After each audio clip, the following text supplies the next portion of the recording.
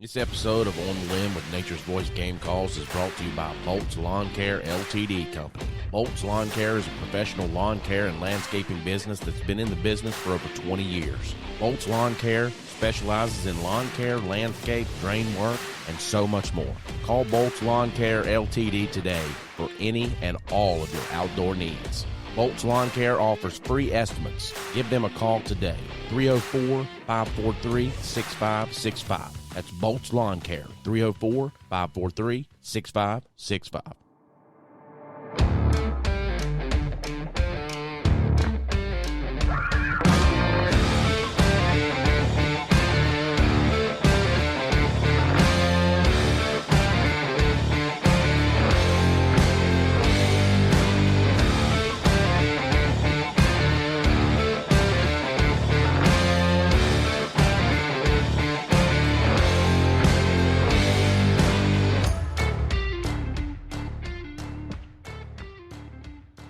Well, what's up, Dan? What's going on, Dave? So, folks, let me tell you something here. We have an amazingly exciting show lined up for you this evening. And me and Dave is no longer the monkey. We got a new monkey we're going to have to hire because our boy Michael is not here tonight. He's not here. He's got some, no, not here at all, man. He's got some, poor guy's got some major dental oh my gosh, problems right now.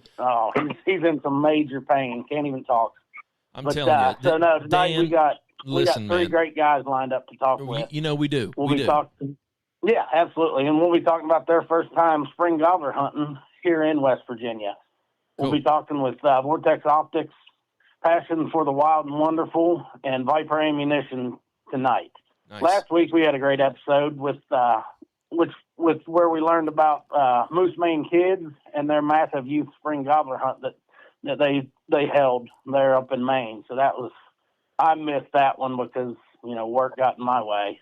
Yeah, we missed it. Also, reminder that Spring Hill Rod and Gun here in Charleston, West Virginia, at 4961 McCorkle Avenue Southwest, which they're open Tuesday to Saturday, closed Sundays and Mondays. They've got our products, so stop in and get you some locally handmade West Virginia mouth calls from Nature's Voice. Nice. Episode 100, our West Virginia 2024 Spring Gobbler Season update with hunters from all across the state is out, and dropping tomorrow is episode 101, Moose Maine Kids. So if you guys missed out on the live, be sure to catch that one. It was a good one. We talked with Nature's Voice pro staffer Eric Gagnon and operator of Moose Maine Kids Ron Greco. Yeah, that'll be airing tomorrow, so be sure to check those out. Head over to Spotify, Apple Podcast, Amazon Music, or wherever you get your podcast to listen in. So, without further ado, let's please welcome with me demand planner with Vortex Optics, Alec Brown. How you doing, Alec? I'm doing good. Thanks for having me, guys. Thanks for being on here. Like I said, we'll be talking with several other people this evening. We're joined with Craig Dennison of Viper Ammo and Chris Ashley with Passion for the Wild and Wonderful. So we'll get with them shortly, but we're going to start off with you, Alex. Just if you don't care, tell us a little bit about your position with Vortex Optics and your history in the industry. Sure. Yeah. As you said, I work at Vortex Optics as a demand planner. So I work in supply chain, and I think at this point, due to COVID, everyone's very familiar with what supply chain is at this point. Yeah. That kind of put us on the map. So everyone's very well aware. But yeah, I've been fortunate enough to work in the industry for the last 3+ years at this point at Vortex. It's an awesome opportunity, and love living in Wisconsin, originally from Northern Illinois, but this is the place to be here, and it's a really cool gig, and I can, not too far from work, I can chase after longbeards and even get out and do some deer hunting, but it's really awesome. It's really cool to be able to work in the industry, that you have a passion for. Yeah, absolutely. Connect with other like-minded individuals, and so, but yeah, I've been turkey hunting since I was, old enough to walk and step on my dad's heels to go out to the woods. Never had to sell me to get out there, but I'm 29 now, and I've been chasing after him for 25 years or so, and I don't plan on stopping anytime soon. I'll tell you that. That's awesome. It's one heck of an addiction to have, I tell you. Yes, sir. So you had your first first time hunt here in West Virginia. How was your time here in West Virginia? And was that your first time ever being in the state of West Virginia, or at least the hunt wise, anyhow, if you've been here before? Yeah. Yeah. Craig really pulled out the red carpet for me, and Chris and all the guys had me down. And I don't think I've been to West Virginia. I've maybe been through it. I've definitely been through Virginia. So definitely a very hilly country, and had a lot of desire to get down that way. So when Craig threw out the offer, I basically jumped at it. But yeah, it was my first time down there chasing Easterns there. And, it was an awesome time. A little bit different than what you got up in Wisconsin area, ain't it? Yeah, we have rolling hills, and what you guys have to us is mountains. So sure. Oh wow. Yeah. It's a little hill there. I think the guy killed my dad while he was there. So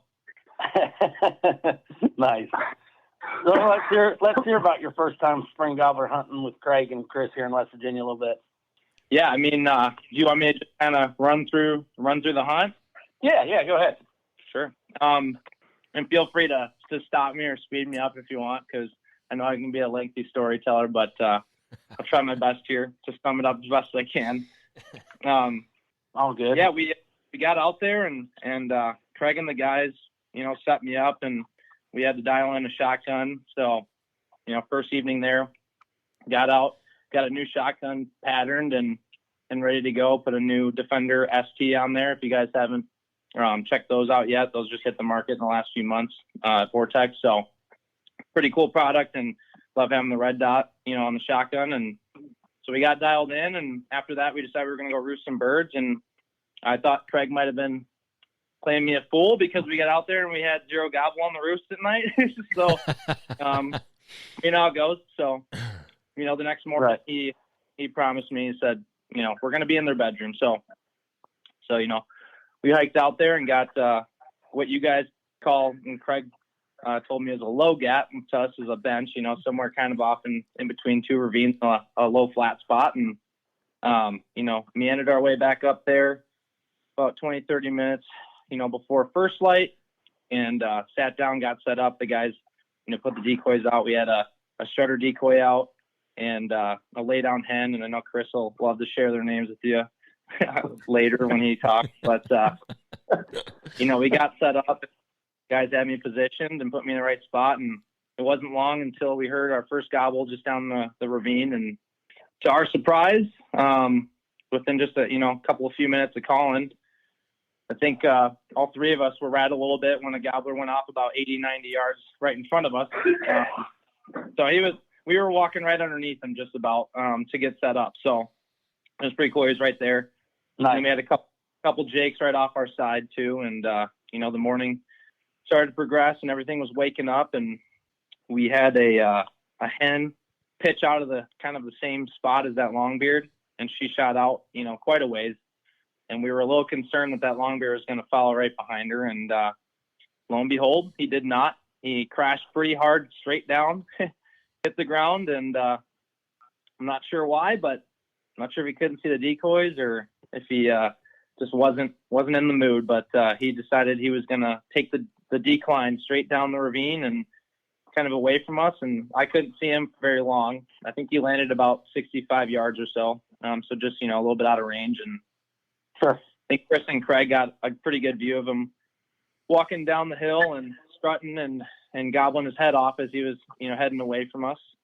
And we had another one fired up behind us, but he was probably 200 yards, I think, or, close enough to be in the game, but not too close where you're worried about his existence at that point. So, we were just set up, and the guys were telling me after that one worked off, like maybe just shift around the tree and get set up on this side of the road. Maybe that one will come down. So I got up and shifted to the back side of the tree, and no sooner did I get to that side, the jakes that were pretty much right in front of us off to the right, which had to have been watching me move, flew down pretty much on top of us. Nice.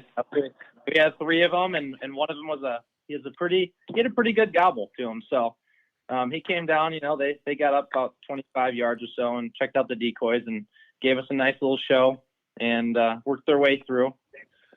But they hung around for about 5 minutes or so, and then they took off the same direction as that previous longbeard and ducked over the ravine. So Craig and Chris were just kind of keeping at it. We knew we were in a good spot. Obviously we were sitting right in them from the get-go, and there weren't too far down the ridge, so there was a chance to call some that way, to us, our way at some point, hopefully. So we just kind of hung tight. We kind of hung tight for, I want to say it was maybe like 25, 30 minutes. I'm really not sure, but just kind of hung out. And Chris at one point mentioned that he heard some footsteps, and I was kind of hearing the same thing. Still not convinced it wasn't a squirrel at this point, but right after, get you every time. Squirrels sound just like everything else in the woods. Exactly. Oh, man. But not too long after that, we had what I picked up the sound of drumming, and I was pretty convinced. I thought I'd heard it a couple minutes before that, but I wasn't sure. And I was pretty convinced at that point that we had maybe a longbeard nearby, just somewhere over the edge. I thought he was out in front of us off the edge, but probably a minute passed, and Chris alerted me to the fact that he was directly behind me, which I get a kick out of because he told me that, and I can put my finger up to point that direction, like behind me. Just making sure, Yeah.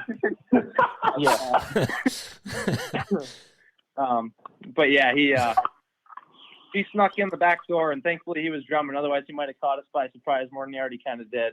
But no, it was really cool. He didn't spend much time, behind us before he was pretty much in front of us. And I think the other two guys got a pretty good look at him early on. I didn't see him until he was about in our lap. So, he walked in, came up the ridge, and maybe was 20 yards, 15 yards from where I could see him, but I'm sure he was much closer to the other two.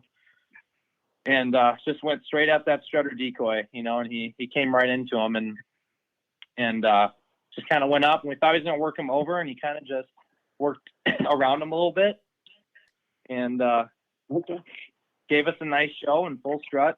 Made some kind of weird cluck sounds in the way that we've never really heard before from a strutter coming in. He kind of, it's almost like trying to keep quiet, but still make some sound and communicate a little bit.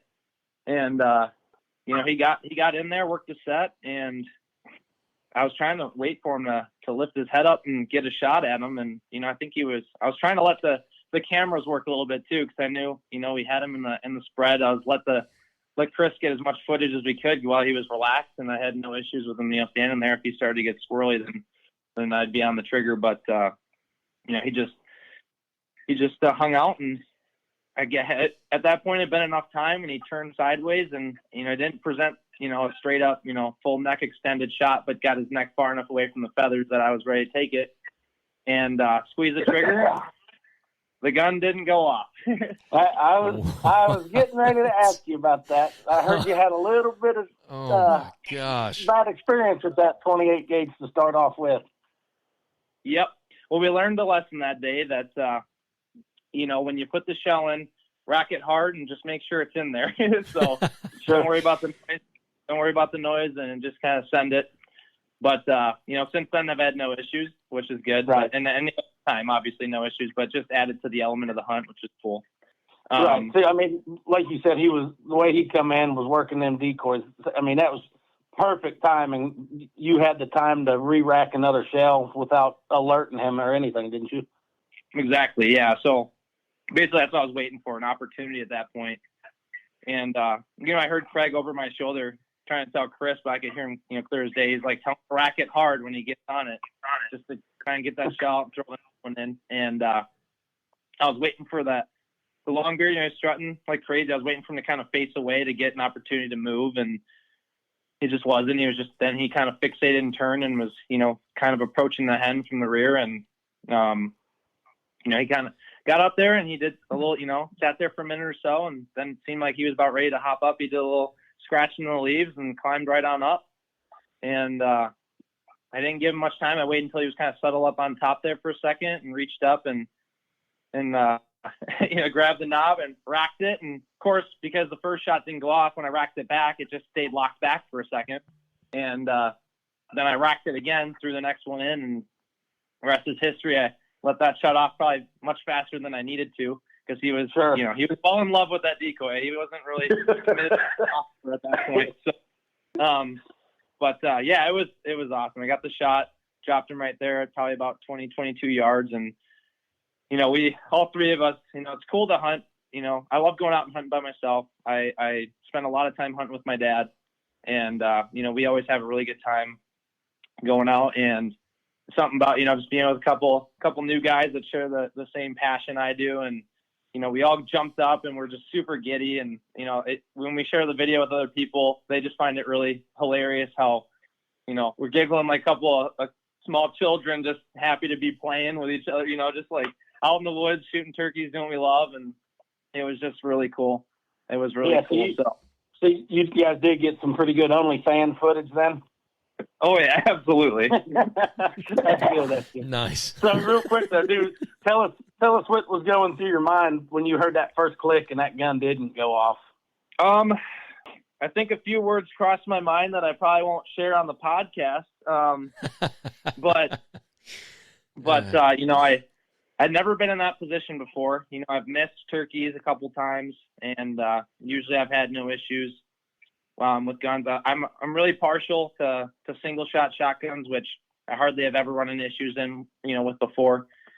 And more lately, I've been dabbling with some new stuff and some pump actions and that. This is my first semi-automatic shotgun. So, being new to it, I was like, well, I guess this is bound to happen. You never know what's going to happen out in the woods. But like I said, it kind of added to the element of the hunt. And I was just at that point, full predator mode, just waiting for him to get in a position where I could get that next one in and hope that it all worked out the way that we hoped.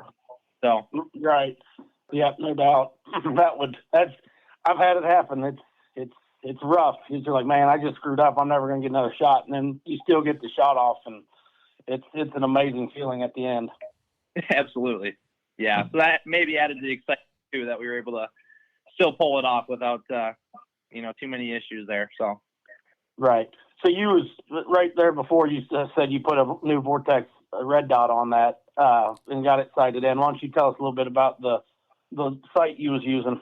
Yeah. So Vortex just launched, I think last year, the Defender CCW. So in the new line of red dots, just a smaller, rugged, concealed carry red dot that I have really liked to use on shotguns as well. Okay. Then this spring they expanded on the line and added the ST, which is a little bit longer, a little bit wider, gives you a little bit more room. Both red dots offer, the 3 MOA and a 6 MOA. I've not used the 6 personally. I've shot it, never used it for hunting. I am pretty partial to the 3 MOA, and it does exactly what I want, and it really doesn't, constrict too much of that target when you get out at distance. If you need to, shoot, you like obviously to have them close and shoot them at, on your basically by your feet at 10, 15, 20 yards if you can, but sure. Every now and then it doesn't work out that way. But no, it's really an awesome unit, and it's really nice too. A lot of people I think are seeing the benefit of using a red dot, especially for turkey hunting, because my dad and I figured out this spring. He's still trying to figure out a red dot, and he's always used the bead, and so for him he's just used to that, and using a red dot to him is foreign. And so, he's getting used to it, and he likes the thought of it, likes the idea of it. He's still trying to figure it out. But the nice part about it is when you're shooting, you guys know that no one shotgun shell or, company or any of those brands, they don't all shoot the same. They pattern different on your gun, every single one. You'd be lucky to find a gun that they all pattern the same. I don't think you're going to run into any issues if you're shooting 25 and in, probably 20 yards and in, but they still throw different patterns and different chokes, right. different shells. So it's nice to be able to put that on there and have peace of mind. You can adjust it to where you need it, have it exactly where you want it. And like I said, these Defenders are just rugged. I have no issues if I ran them off a tree, the ground, the rock. We put in extensive testing. The guys in development and all the people that have been part of the project have done a really good job with this. And so it's nice to go out there and, we have something that's going to hold up when you're, climbing the mountains of West Virginia, as I recall them, I guess. But, yeah. But, yeah, it's pretty cool. So awesome. Well, folks, we're going to take a real quick break for an ad for our sponsor before we get back to talking with Chris and Craig. This episode of On the Limb with Nature's Voice Game Calls is brought to you by Trout Routes. Trout Routes is a premier fishing app that strives to empower trout anglers with information to help you go further and discover new waters, new places, and new faces. Check them out at troutroutes.com. Trout Routes is proud to be able to connect you to local resources and experts, such as fly shops, guides, local brands, and nonprofits. Be sure to check them out at troutroutes.com or the Apple App Store and Google Play Store to download the app today. All right, welcome back, guys. Well, before we bring Craig and Chris in, we're going to do the Salute to Valor this evening. And so the Salute to Valor is it goes out to James Lowell Matson, Washington Courthouse, Ohio. He was in the Army. He was a Sergeant E5, and he served from 1979 to 1983, and served at Grafenhor Enough, Fort Dix, New Jersey. So we salute you. Huh? What's that, Dan? Yeah, no, it's just Fort Dix, New Jersey. That's one you don't hear often anymore. Yeah, I don't remember seeing that one in ours. Yeah. You know, I've known a few people that served there, so that's okay. Pretty cool to hear it again. You don't hear it very often. Yeah, that's cool. But thank you, James, for your service. Yeah, thank you. Absolutely. Thank you for your service. All right, now without further ado, we're going to go ahead and start talking with Chris Ashley with Passion for the Wild and Wonderful and Craig Dennison with Viper Ammunition. How you guys doing this evening? Doing good. How are you? Doing well. So, Chris, we'll get started with you if you don't care there. Talking about that hunt, it seemed pretty enjoyable for all involved. Why don't you tell us what your theories on it and how it unfolded for you and what was going through your mind during the whole hunt? For me, I just felt like it was a privilege.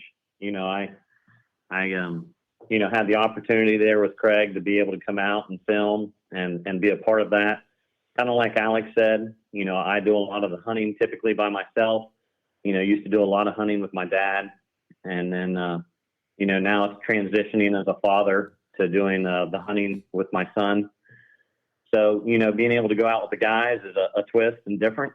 And so to me, it was just exciting to be able to do it. I wanted to be able to try to capture it on film. You know, my boy and I, as we talked, a couple of weeks ago when I was on, had already really good success this year.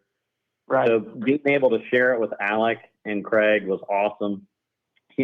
Alec was covering it and did a great job telling the story. And, I'll let Craig share. But, when that gobbler popped up in our lap and and as Alec said, he'd sit there hearing the spitting and drumming. And, he was kind of joking to it earlier. And he's like, where's he at? And I'm like, right behind you. And he's pointing behind himself. And I said, yes, right behind you. And, that thing popped up over. And, Craig can tell you better. I was looking out of the corner of my eye. And he was on top of us. I don't know whether it was like 3 steps, 5 steps away. And, wow. He, as Alec said, he started making this noise that was just not typical. But he locked in on Brutus and Betsy, and they pulled him right in. And like he said, he fell in love with her, and he ended up saving us. That's one of the benefits, really, with decoys was that distraction. Alec though handled it like a champ. I don't know if you guys happen to see the video, but he froze, never panicked. It was complete control. Experienced and senior with his actions, and was able to handle the situation and made the shot. And, we were elated. It was an awesome experience. I was just blessed to be a part of it. That's awesome. So you was pretty much the man behind the camera then. Yeah, I was primarily just the filming and, videography. Craig was working the calls and, just getting us in the area, getting us set up. And yeah, it was a whole team effort. It was great. That's awesome. You was talking about solo hunting and you used to hunt with your dad and all that. It seems like turkey hunting is going more towards the solo now that, kind of our parents are getting up there in age and all that. For at least me, and, I used to hunt with my dad and all that, but it seems like it's kind of going to the wayside and everybody's starting to do it more and more by themselves now. and it's always an awesome opportunity. Like me and Mike last year got to hunt together. You know, it does make it a fun time, more enjoyable when you do have it to share with somebody else, I think. It kind of reminds me, I've only waterfowl hunted a couple times, but to me, that's one of the comparisons is that it can be very social. Whereas, Yeah. you know, I feel like deer hunting, you know, is very more remote, individualized a lot of times, unless, you know, you're, you know, doing stand hunt with a friend or a blind sit with someone. So to me, that social aspect is great. And then, you know, we kind of talked about it before too, the actual engagement with the animal, that you play that role or that part that separates it so differently, in my opinion, from deer. Now, don't get me wrong, you know, you can grunt and can call and rattle, but that game, that chess match that you play with a bird that's so much similar to that with elk hunting, it really brings that engagement together and really brings the hunt to a different level, in my opinion. Right. Absolutely. Well, we appreciate it. Now we're going to jump over to Craig and ask him a few questions. How you doing this evening, Craig? Not bad. How about you guys? Doing well, thanks. So I understand that your Viper ammunition was used during this hunt, correct? Yes, sir, it was. So it was TSS rounds, I'm assuming? 28 gauge ounce and a half of Okay. 8x10s is what he used. Okay. You don't care? Tell us a little bit about them and how well they patterned out of his gun. Well, so like Alec said before, it was a brand new setup all to him. So I was fortunate enough to get a really good deal for him, get that 28 in here for him. And then I personally, that's all I use anymore is a 28 gauge. It's my favorite gauge to really take out for youth, adults. It's just lightweight, hardly any recoil, and a really good payload for anybody. And so personally, I run the 8.5, 9.5 duplex out of mine. Alec is a big advocate of his 10 shot. So that's what we loaded him up with, some 10 shot, and I just duplexed him with a little bit bigger of a BB just to give him some more terminal performance downrange. And, we equipped it with a True Lock 515 3-step choke. Actually, he shot the 510 3-step. He didn't put the 515 in until after he killed his bird. But both chokes are very solid choke combinations for this setup for even the TriStar version. But yeah, so we went out and we patterned them at 40 yards. And I mean, personally, the pattern did what it should have done, you know, what it does out of every setup that I have. And Alec just was tickled to death to know what he was taking in the woods would pattern the way it did. Sure. Yeah, absolutely. I'm sure. So you said it patterned pretty much like all your other setups. What do you think it's best to shoot out of? I mean, does it really matter? It just patterns that well all in. 28s back in the day were known for their patterns. And what the biggest downfall of a 28 gauge was back in the day with lead was just the payload. And so, I mean, most 28 gauge loads back in the day was, you know, 3/4 of an ounce or half ounce. So at that point in time, the 410, you could just take it. But the 28s patterned so well over everything. And just like I said, the downfall of them was the payload count. With tungsten coming into the equation, and of course new technology, as we're getting more advanced, the wads are better, the powder's better. Everything that we have today compared to the back in the day is just significantly way better. So we can put an ounce and a half in a 28 gauge, and you're shooting 20 gauge payload lead. Oh, okay. Wow. Well, yeah, that's gonna shoot phenomenally well then. Personally, that's the first gun that comes out of the gun safe for me is a 28. And I have 20, 12, 16, and 410s. And the 28 will always be, I guess you can call it my baby. You know, my dad, he's 60-some years old, and I finally got him to make the swap to a 28 gauge last year, and he loves it. He doesn't even take his 12 gauge out in the woods anymore. Huh. That's cool. So speaking on 410s, they seem to be making a pretty big comeback. There's a lot of hunters out there nowadays.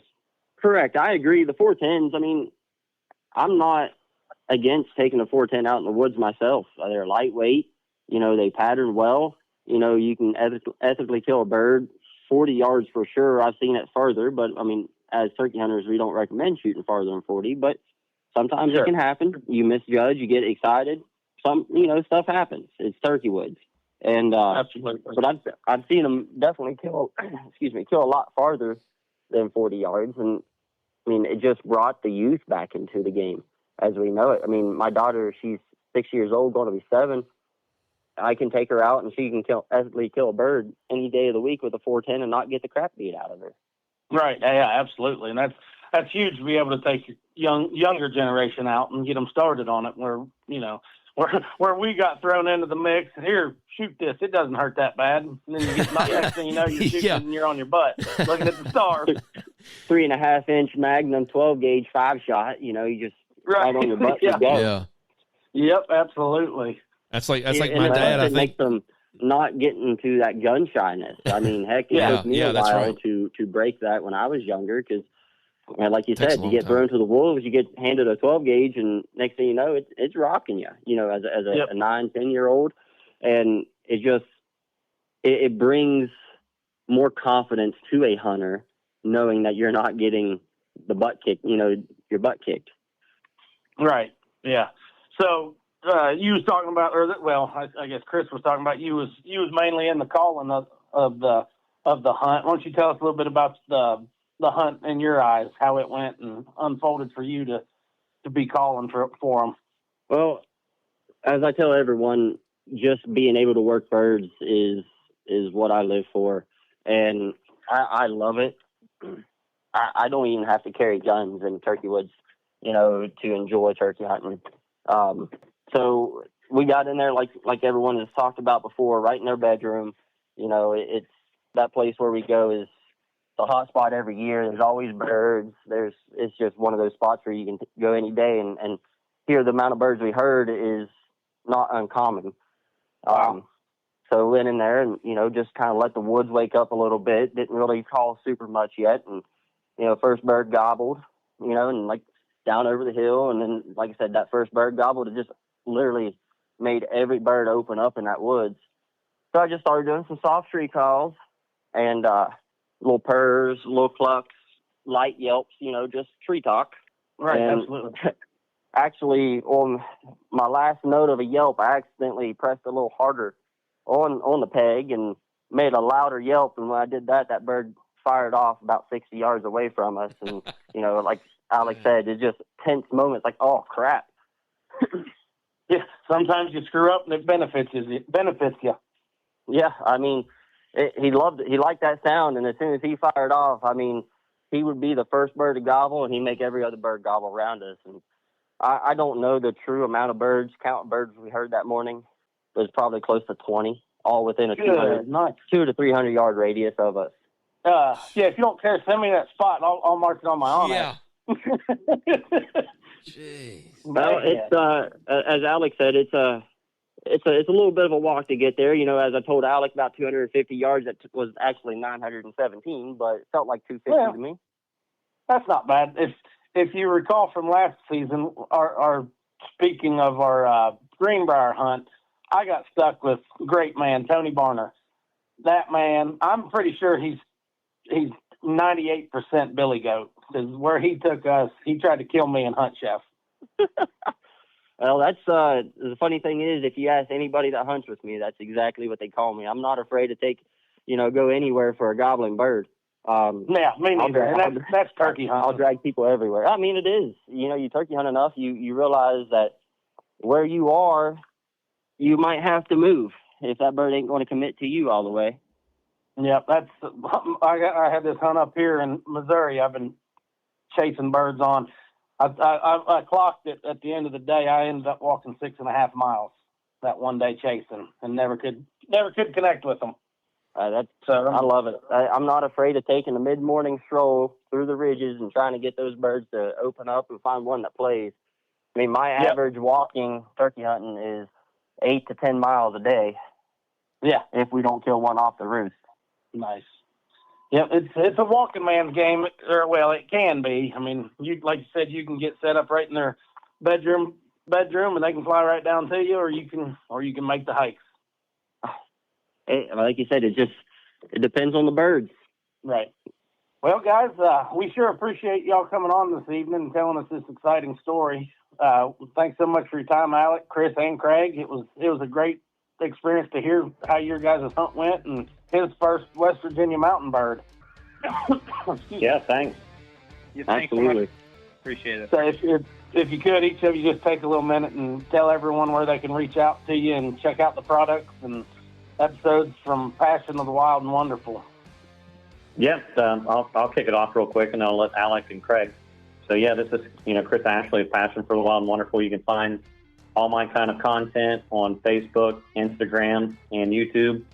Alec's Hunt is out there on YouTube on my Passion for the Wild and Wonderful channel. If you get a chance, check it out. I think it turned out really well and was just blessed and fortunate to be able to have the opportunity to do this hunt with. Awesome. Yeah, and this is Alec here. If you're looking for Vortex stuff, just go to vortexoptics.com, or you can look at all the optics on the site or any accessories and things. And otherwise, any local dealer should be hopefully carrying some of our stuff, and should be pretty easy to find. But I don't know if anyone wants any of my personal information or not, but feel free to look me up on the podcast comments or something like that if you want to follow me. But I don't share too much normally. I just like getting out and hunting, and I can't thank Chris and Craig enough for taking me out to West Virginia and doing some turkey hunting there, and having an awesome experience. And thank you guys on the limb and for having me on the show and talk about it, because it's just awesome to talk about turkeys and be with other like-minded individuals. I couldn't agree more with Alec. I mean, this is a trip that is going to be multiple trips in the future. We hope to continue this tradition. Hopefully get both him and his dad back here next year and get them on birds. And I mean, like I said, it's just a great time all around. And as I'm Craig. I'm the owner of Viper Ammunition. Chris and I are actually getting the e-commerce website hopefully launched before we get into waterfowl season, because that is a new line that is going to be launching this year. Some waterfowl loads. Bismuth Super Shot is where we're going to be specializing in. And then, okay. And then of course, I was doing most of my sales over Facebook, and Facebook kind of caught on, and now I'm in a little bit in jail with them for a while. Really orders right now is just through email or phone. Okay, sounds good. Well, like I said, guys, we really appreciate you coming on and talking to us this evening. It was a pleasure. Yeah, thanks, guys. Appreciate it. Thanks so much. Thank you all. Yep, absolutely. You guys have a great evening. You too. Yep, you guys too. All right, guys, thanks for listening this evening, and thanks for watching the live. We'll have all the links to what we talked about on this evening's episode and in our description once the episode airs next Wednesday. Sorry. Be sure to check us out on Spotify, Apple Podcasts, Google Podcasts, Amazon Music, or wherever you get your podcasts. We're on all kinds of them. I don't even. There's so many of them out there. Yeah. Podcast 10. Did you mention Podcast 10? Oh yeah. Don't forget. Podcast 10. Yeah, go ahead and mention it. I think we just did. Well, I think we're good. Well, I thought you were going to give the whole spiel on it. Oh man, I don't have the spiel in front of me. I'm not Mike. I can't pull all that stuff, just out of my head like that, man. He's gifted. Well, so podcast 10 on outdoorproshop.com. There you go. Give you, I mean, you're going to mention something, can't even, I'm telling you, monkey's coming back. That's it. Can't even finish what you're mentioning. So if you go to outdoorproshop.com and at checkout enter podcast 10, you'll get a 10% discount on your order. Yep. So have a good evening, everyone, and we'll see you on the next one. See you, Dan.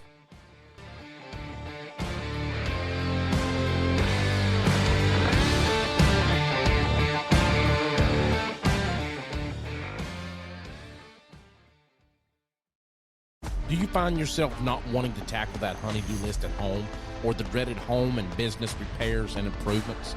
Let Jones Empire LLC, which is a locally owned and operated business from Charleston to Huntington, West Virginia. Jones Empire LLC is licensed and insured, servicing commercial and residential properties throughout the state of West Virginia.